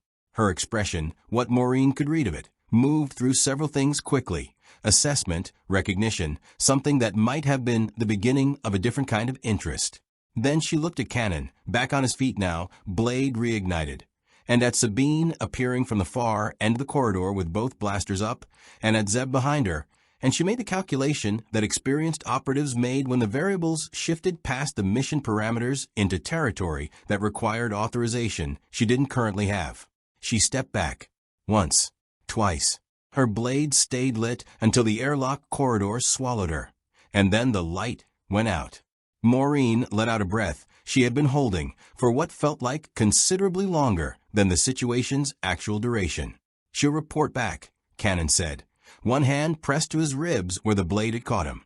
Judy was already moving toward him with her medical kit, because Judy moved toward injured people with her medical kit the way water moved toward low ground. Vader will know Robot stopped her. "Good," John said, with a flat certainty of a man who had decided that being known was preferable to being underestimated. "You don't understand," Cannon said. Vader stopped being curious about things that interest him a long time ago. Now he just comes himself. The Phoenix's amber alert had not cleared. Outside, in Garrel's gray orbital haze, the Sixth Sister's ship was detaching from the hull with the unhurried deliberateness of something that had no reason to run, because running implied a conclusion that hadn't been reached yet. She wasn't retreating. She was reporting. And somewhere in the dark between systems, on a ship that moved like weather and breathed like a machine, Darth Vader received the report and made a decision. He would go himself. Vader's ship came out of hyperspace like a fact. No approach vector, no graduated appearance on the long-range sensors that would have given them time to prepare psychologically as well as tactically. One moment the orbital space above Garrel was what it had been, the Phoenix, the Ghost alongside her now, Geralt's gray atmosphere below, the ordinary traffic of a system trying to look unremarkable. And the next moment the executor was there, and the scale of it made everything else in the sensor picture look provisional. It was not the star destroyer they'd been held on. It was something beyond that category, a superstar destroyer, 19 kilometers of imperial authority made physical. And it hung above Geralt with the absolute stillness of something that didn't need to move to make its point. Sato's voice on the Phoenix comm was precise and unshaken, because Sato was the kind of commander who understood that the quality of his voice in moments like this was itself a tactical resource. All hands. Battle stations. This is not a drill, and it is not a debate. Execute Contingency 7. Contingency 7, Maureen had learned in the day they'd spent aboard the Phoenix, was the protocol for engagement with a capital ship when retreat was the only mathematically supportable option. It was not a protocol Sato invoked lightly, and the fact that he invoked it now, immediately, without the beat of hesitation that pride sometimes inserted into survival decisions, told her everything she needed to know about what the executor represented. "We can't outrun that," John said, at her shoulder, looking at the sensor picture. "Nobody outruns that," she agreed. "So we don't run." He looked at her. "Maureen, I have a plan," she said. "I've had it since last night." She had built it in the hours after the Six Sisters' retreat, in the quiet of the Phoenix's recycled air night, while the family slept, and she sat with her scanner and her notebooks and the navigational data Hera had shared and the things she knew about Robot's engine that nobody in this galaxy knew yet. It was a kind of plan that looked, in outline, like it had a reasonable probability of success, and looked, in detail, like it had been built by someone who was willing to redefine reasonable in service of necessary. It was, in other words, a Robinson family plan. She needed 40 minutes to implement it. She had, at current executor approach velocity, approximately 35. "Then we need 5 more, John said when she told him. He said it the way he said things when he had already decided, not asking, not debating, simply acknowledging that a problem existed, and that solving it was now his specific responsibility. "I'll get you 5 more. She did not tell him to be careful. They were past the age of telling each other to be careful. She told him she loved him, which was the same thing said more accurately, and went to the Jupiter 2. What John Robinson and Hera Syndulla did with those 5 minutes was a kind of improvised tactical coordination that happened when 2 experienced people with compatible instincts and no time for planning were dropped into the same problem. The Ghost and 2 Phoenix escorts went wide, not toward the executor, not away from it, but lateral, drawing the attention of the TIE fighter squadrons that were already launching from the executor's hangar bays in the organized swarm of a capital ship deploying its fighter complement. They didn't engage, not really, they danced, staying just ahead of engagement range, making themselves interesting without making themselves available, the specific skill of people who had survived long enough to know the difference. Vader aboard the executor's bridge watched this and was not deceived by it. He was very rarely deceived by things. But the TIE fighters required management regardless of their target's intent, and management consumed the attention of the officers around him in ways that created, fractionally, a different quality of silence on the bridge. Vader stood in that silence and reached outward with the Force, feeling for the specific resonance he had identified on the Star Destroyer. The boy, the particular quality of the Force around the boy that was unlike anything he had encountered in decades of hunting Force sensitives across the galaxy. He found it, below him, on the Phoenix, moving. And next to it, the place where the Force did not go. The machine. The thing that existed outside the current. Vader's breathing filled the bridge. "Target the Phoenix," he said. "Disable only. I want it intact."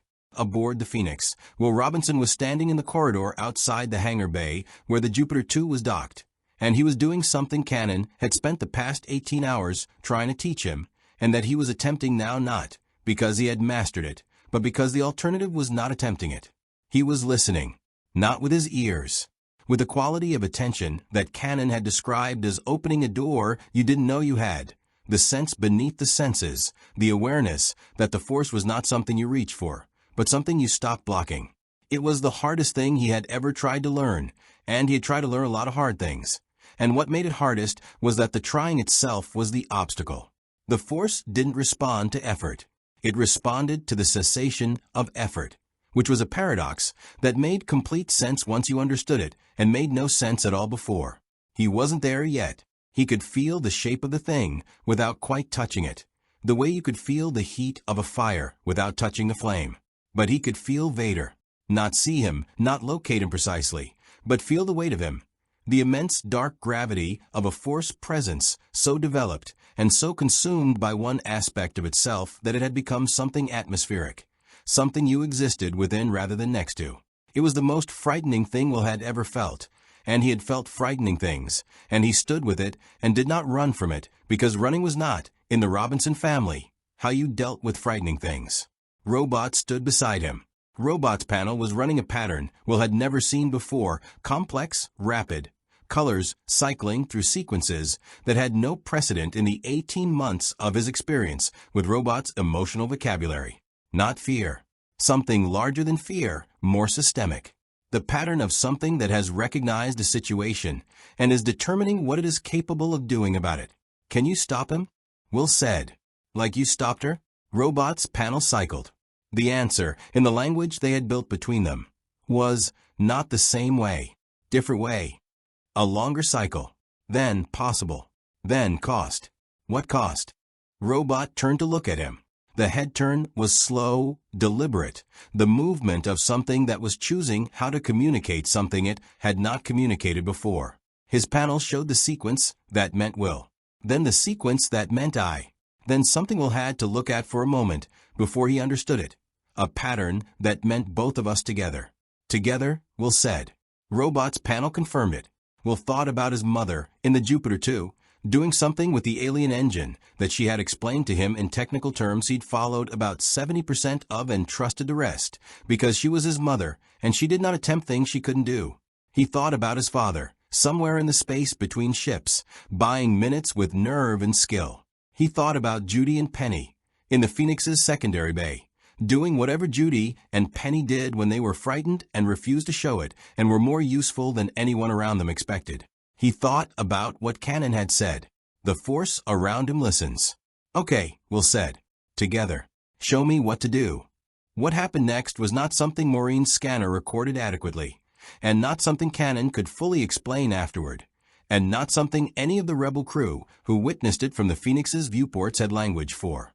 What they saw, from outside, was a pulse of energy that originated from the Jupiter 2's hangar bay and propagated outward through the Phoenix's hull and into space, not an explosion, not a weapon discharge, something that the Ghost's instruments classified as an electromagnetic event before the classification software gave up and logged it as unknown. It interacted with the Executor's systems at range, a range that should have been impossible for anything the Phoenix was capable of generating. And what it did was specific and surgical. It found the Executor's hyperspace motivator and introduced into it a harmonic frequency that the motivator's calibration could not compensate for, a frequency that Robot had identified in the 6 hours since his study of the Star Destroyer's engine data, and that Will had helped him amplify through something. Neither of them could fully articulate. The Executor could not jump, not destroyed, not permanently damaged. Simply unable to execute a hyperspace calculation that would resolve correctly while the frequency persisted. 12 minutes. That was what Robot calculated. 12 minutes of hyperspace denial. On the Executor's bridge, Vader felt the pulse before his officers registered the technical failure. He felt it in the Force. Or rather, he felt its absence in the Force, the sudden expansion of the space where the machine that was not a droid existed, that orthogonal nothing expanding outward and touching his ship's systems in a way that the Force could not counter because the Force had no vocabulary for something that stood outside it. For the first time in a very long time, Darth Vader encountered something he had not anticipated. His breathing filled the bridge. "My lord," an officer said. "Hyperspace motivator is, we're reading a harmonic interference, we can't." "I know," Vader said. The TIE fighters were still out.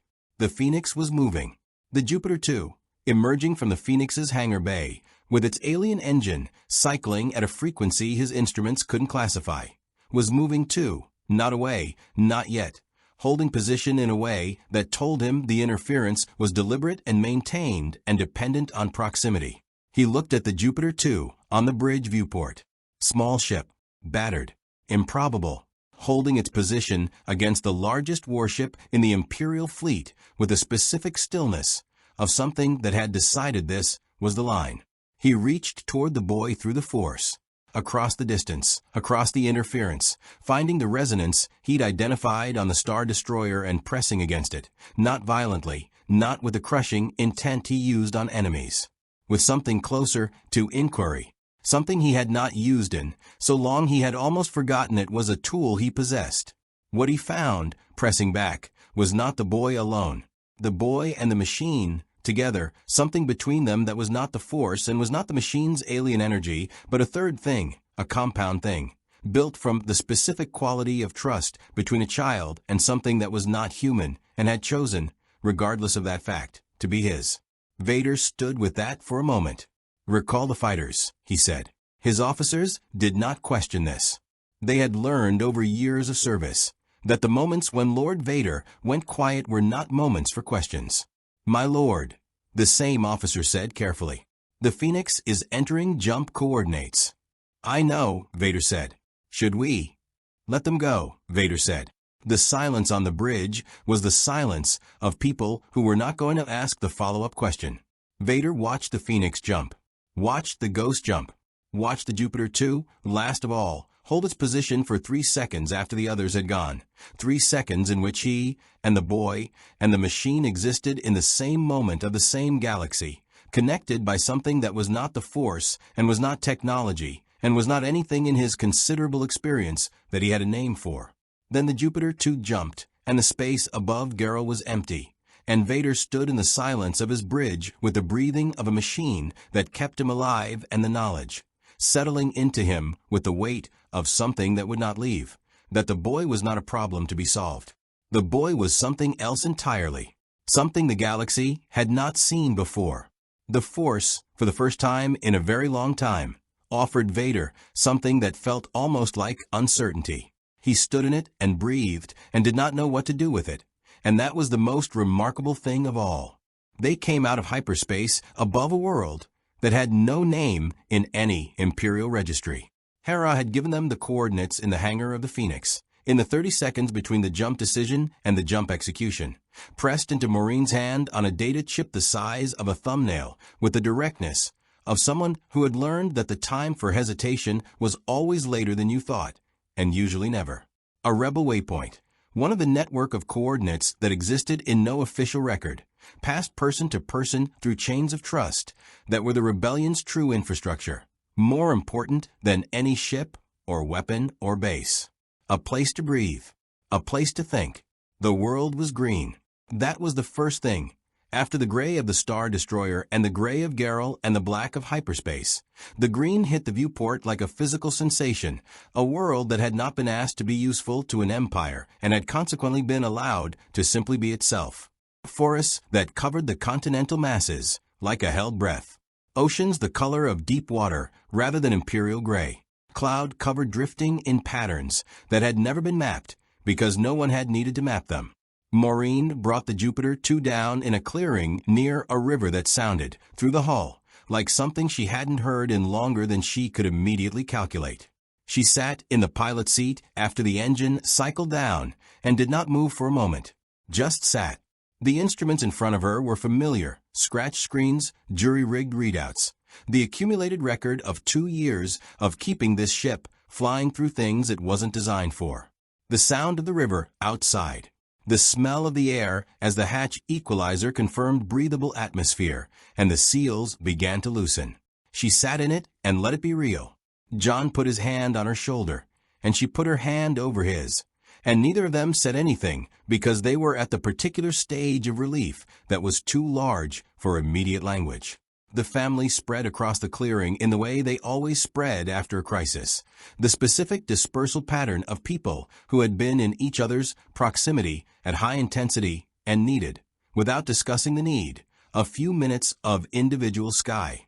Judy walked to the river and stood at its edge and looked at it with the expression of a woman who was performing an internal accounting that she would complete and then set aside and not speak about, because that was how Judy processed things. Penny sat on a rock and opened her tablet and began writing, because Penny processed things by turning them into story, which was perhaps the most useful skill in the family, and the one they discussed least. Will and Robot stood together at the trilene. Maureen watched them from the hatch. Will had his hand on Robot's arm in the familiar way, but something about the posture was different from usual, not the comforting contact of a boy with his companion, but something more equal, more lateral. The contact of two people who had done something together and were still standing in the aftermath of it. Robot's panel was cycling through something slow and luminous. Blues and greens she associated with states she had tentatively labeled contentment, though she was aware that labeling Robot's internal states with human emotional vocabulary was an approximation that satisfied her need for framework more than it accurately described his experience. Cannon found her at the hatch an hour later. He looked, she thought, like a man who had revised something. He had the expression of someone whose framework had been challenged not by something that broke it, but by something that asked questions of it that it hadn't previously considered. "What Will and Robot did," he said. "I've been a force sensitive my whole life. I've never seen anything like it." "Neither have I," Maureen said. "And I've been with both of them for 18 months. "The force didn't do that," Cannon said. "Or not only. It was something between the force and what Robot is. They created a channel between two things that aren't supposed to be able to communicate. Will has always been the bridge," Maureen said. "Between us and Robot. Between what Robot is and what we can understand. I think that's what the force was doing with him. Not making him a warrior or a mystic. Making him a translator." Cannon looked at her with the expression of someone receiving information he was going to need time to fully process. "That's not a category the Jedi had." "Maybe they should have," she said. The next 3 days were the closest thing to stillness the Robinson family had experienced since before the Resolute, and they used it the way they used everything, completely and without waste. Maureen mapped the engine data from the hyperspace denial event with the obsessive thoroughness of a scientist who had been handed a phenomenon she'd never expected to observe and intended to understand it if it took the rest of her career. What she found, layering the scanner readings from the event against everything she knew about Robot's engine and everything Cannon had told her about the Force, was the beginning of a model. Incomplete, full of gaps, built on assumptions she'd flagged as provisional, but a model. The engine didn't just exist outside the Force. It resonated with it at frequencies the Force itself didn't generate. Like two instruments in different keys that shared harmonics. And Will force-sensitive and connected to Robot in a way that predated any formal training, had been the resonating chamber between them. She could work with that. She could build on that. What she couldn't do yet was determine whether it pointed toward home. John spent the 3 days the way John spent in forced rest, by finding things that needed doing and doing them. The Jupiter 2's hull had taken micro-damage during the Executor's weapon discharge that had gotten close enough to matter. He repaired it with the focused silence of a man for whom physical work was a form of thinking. He talked to Hera's crew, quietly, in the way he had of gathering information from people, without them quite registering that was what was happening. He was building his own model of the galaxy they were in, not the scientific model, but the human one, who could be trusted, what the war actually looked like from the inside of it, what it would mean to be in this galaxy for longer than a transit. Judy found medical supplies in a Phoenix Care package Sato had loaded into the Jupiter 2's cargo hold before the battle, and spent 2 days cataloging and organizing them with the systematic thoroughness of someone who knew that medical supplies were time, that every organized kit was minutes saved in the moments, when minutes were the currency everything else was purchased with. Penny filled 70 pages of her tablet. She did not share any of it. She rarely shared the first draft of anything, and everything they had been through since the dimensional rift qualified, in Penny's internal accounting, as first draft. Will trained. Not formally. Cannon had been honest about the limits of what he could offer, the gaps in his own training that the Empire's purge of the Jedi Order had made permanent. What he offered was direction, how to listen to the Force rather than reach for it, how to distinguish between the signal and the noise. How to exist within the current rather than outside it. It was, Maureen observed from a careful distance, less like traditional instruction and more like two people exploring a landscape together, one of whom had been there longer and could name some of the landmarks, without being certain of all the paths. Robot watched every session. His panels cycled through states she was learning to read more precisely. Interest, calculation, something she had started to label recognition. As if what Will was learning was something Robot was also learning to see in him, a quality that had always been there becoming visible in a new way. On the third evening, sitting by the river as the world's single moon rose over the treeline and painted the water with light, Will sat beside Maureen and said, "I don't want to leave." She looked at him. "The clearing. The galaxy," he said. I know we want to go home. I know that's the plan. But there are people here who are fighting something that's trying to crush everything. And we have things we can do that they can't do themselves, and," he stopped, looked at the water. "Is it wrong that I don't want to leave?" Maureen was quiet for a moment. "It would be wrong," she said carefully, "if you wanted to stay and didn't care about going home. But that's not what you said. You said you don't want to leave. That's different." "How?" "Not wanting to leave means you've found something worth staying for. That's not wrong. She paused. "That's how we've always worked. We don't move away from things. We move toward them." Will looked at the moon. "What do we do?" She thought about the engine data on her scanner, the models she was building, the gaps she hadn't filled yet. She thought about Vader on his bridge, watching them jump, doing something she hadn't expected him to do. "We take the next step," she said, "like we always do. We don't have to decide everything tonight. Tonight we sit by the river, and it's enough." Will leaned against her. She put her arm around him. The river ran over its stones in the darkness, indifferent and patient and completely present, and the moon moved in its arc, and the galaxy went on around them in all its enormity and conflict and occasional grace, and the Robinson family sat at the edge of it and breathed. 2 days later, Maureen had a result from the engine data that she brought to John and Judy and Cannon together, because it required all three of their different kinds of intelligence to evaluate. What the model suggested was not a route home, not yet, not simply, but a direction, a class of anomaly, a specific kind of spatial event that Robot's engine could potentially interact with, that might exist in this galaxy in places that could be found with the right sensors and the right knowledge. It was a thread, the beginning of a thread. In Maureen Robinson's experience, a thread was sufficient. You pulled it, and you saw what came. "There's something else," she said, when she'd finished presenting the model. They looked at her. "Whatever Will and Robot did above Garrel, the hyperspace denial event, I can replicate it. Not at full strength, not reliably, not yet. But the principle is sound, and the mechanism is documented." She looked at Cannon. "And it works on Imperial capital ships." The silence had a specific quality. The quality of people understanding the implications of a thing before they decided how to feel about them. "That's a significant capability," Cannon said, carefully. "Yes," Maureen agreed. "The rebellion would." "I know what the rebellion would want," Maureen said.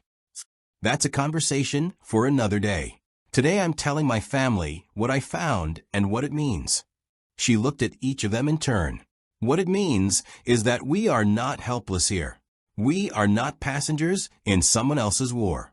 We have something this galaxy has never seen before, and we get to decide what we do with it." John looked at her for a long moment with a look that meant he had married the right person and was aware of it. "So what do we do with it?" Maureen looked at the Jupiter 2, sitting in the green clearing with the river beside it and the trees around it and the alien sky above it, battered and patched and held together by solutions that would make engineers wince, flying because they made it fly. "We find a way home," she said, "and we help people along the way. That's what we do. That's what we've always done." Nobody argued with that. In the Robinson family, nobody ever argued with the true things. The stars above the unnamed green world turned slowly in their ancient configurations, indifferent to the small ship resting in the clearing below, indifferent to the family inside it and the impossible journey that had brought them here and the longer journey that waited ahead. Stars did not care about the things that happened in their light. That was, Maureen Robinson had always thought, one of their most useful qualities. They simply burned, and let everything else sort itself out beneath them. She sat at the Jupiter 2's main console in the deep quiet of ship's night and wrote. Not the engine data, that was filed, organized, cross-referenced, as complete as she could make it for now. Not navigational models or resource assessments or the dozen other practical documents that she generated the way other people generated anxiety, by converting it into something structured and actionable. She wrote something she hadn't written since the early days after the Resolute, when the weight of where they were and how far from home had been so large she could only manage it by putting it somewhere outside herself. She wrote about her family, about John, who had built himself into a weapon in service of a world that had asked too much of him, and who had quietly, stubbornly, over 2 years of impossible circumstances, rebuilt himself into something better, a man whose strength was no longer about what he could endure alone, but about what he could hold together. About Judy, who carried the weight of everyone's physical survival, with the same relentless competence she brought to everything, and who was, beneath that competence, one of the bravest people Maureen had ever known.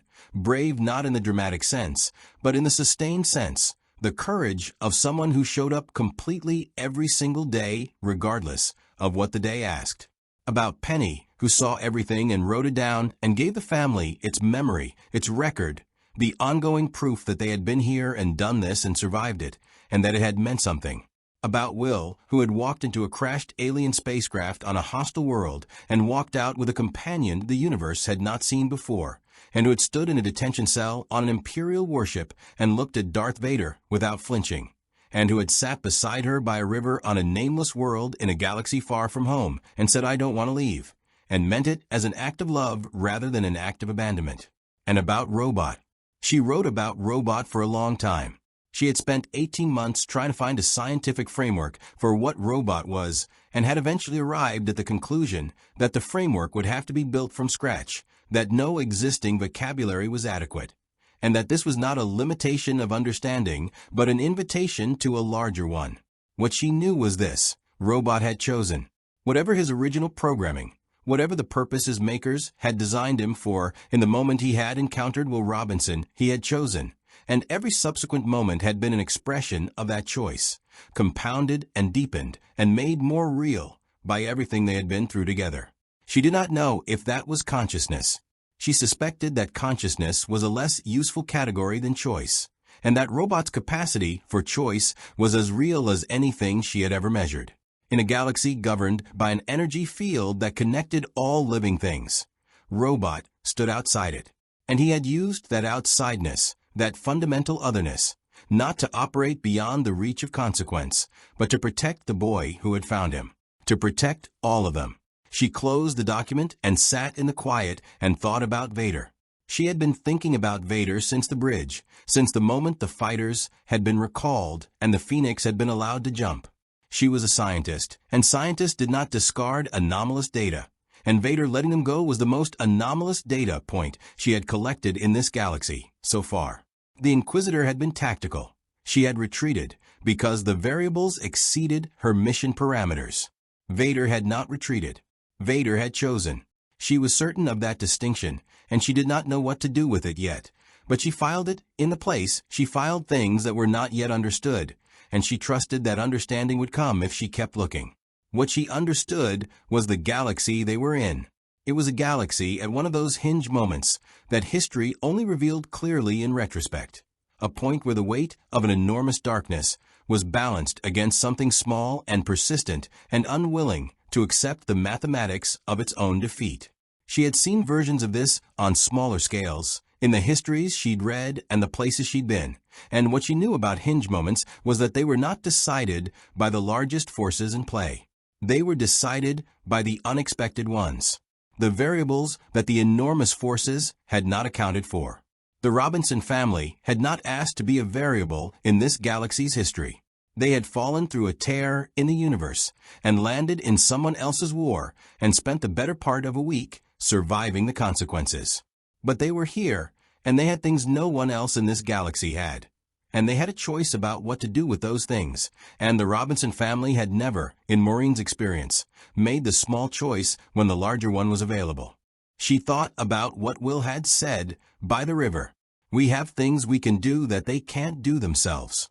She thought about the thread she had found in the engine data, the class of anomaly, the direction toward home that was not yet a route, but was the beginning of one. She thought about the rebellion, Hera's pragmatic grace, Cannon's incomplete wisdom, Sato's precise and honest command. All of them fighting something that dwarfed them with the specific courage of people who had decided that the size of the obstacle was not relevant information. She thought about an empire that had rebuilt an entire galaxy in the image of its own authority, and that had, in the past week, failed to contain a family in a battered ship with an alien engine and a robot that stood outside the Force. She almost smiled. Outside, the river ran over its stones. Inside, her family slept. The Jupiter 2 sat in the green dark of a nameless world and waited, the way it always waited, for the people inside it to decide what came next. Maureen Robinson closed her notebook and looked at the stars through the viewport and made a decision that was not a single decision, but the latest in a long series of the same decision. The one she had made on the Resolute and on a dozen worlds since, the decision to keep going, to find the next step, to trust that the thread she was holding led somewhere worth arriving at. They would find a way home. She believed that with a specific load-bearing certainty that was not optimism, but engineering, not the hope that things would work out, but the knowledge that she would work them out, that she had the tools and the mind and above all the people, and that those three things in combination had never yet failed to be sufficient. And along the way, in this galaxy that was not theirs, but that had somehow, in the space of a week, become something they were responsible to, along the way, they would do what the Robinson family did. They would show up. They would hold together. They would find solutions in places that didn't have them yet. They would, against all reasonable probability, be enough. The stars burned on in their ancient light. The river ran. Somewhere in the vast dark between systems, the Ghost was moving toward the next fight, and the Phoenix was regrouping, and the rebellion was doing what it always did, existing, persisting, refusing the mathematics of its own impossibility. And somewhere much further away, on a superstar destroyer moving through hyperspace toward the next crisis, in an empire that generated crises the way stars generated light, Darth Vader stood at a viewport and breathed and thought about a boy who had looked at him without flinching, and a machine that stood outside the Force, and a family in a ship held together by solutions that should not have worked and always did. He thought about them for a long time. The galaxy far, far away had seen many things in its long history. Wars that remade its borders, individuals who bent its destiny, powers that rose and fell and left their marks in the rock of 1,000 worlds. It had never seen a family like this one. It had never encountered a machine like Robot. It had never had to find a category for something that arrived from outside its own reality and refused, with cheerful and absolute determination, to be contained by the categories it already had. It would remember them, in the log of a rebel commander on a battered command ship, in the notes of an incomplete Jedi trying to find his way back to something he'd lost, in the quiet record kept by a girl with a tablet and 70 pages she hadn't shared yet, in the living memory of a Force that had looked at a boy from another universe and found in him something it wanted to pay attention to, and in the choice of a man in black armor who had, for reasons he did not examine closely, decided that some variables were worth leaving in play. The Jupiter 2's engine turned in the dark, patient, alien, outside every framework this galaxy had built to understand the things within it, ready, when the family was ready, to take the next step, whatever it cost, wherever it led. That was enough. It had always been enough. It would always be enough.